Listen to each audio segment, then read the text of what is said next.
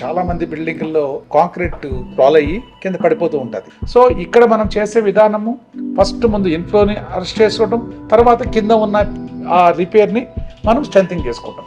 So అందువల్ల మీరు స్పాలింగ్ concrete వచ్చినప్పుడు కేవలం కింద పగల కొట్టేసుకొని మళ్ళీ ఏదో ప్లాస్టింగ్ చేస్తే దానివల్ల మీకు అంతకుముందు 1 ఇంచ్ 1/2 ఇంచ్ థిక్నెస్ ఉంటే ఈ తర్వాత 2-3 ఇంచెస్ థిక్నెస్ వరకు మీకు ఇంకా స్పాల్ అవుతుంది.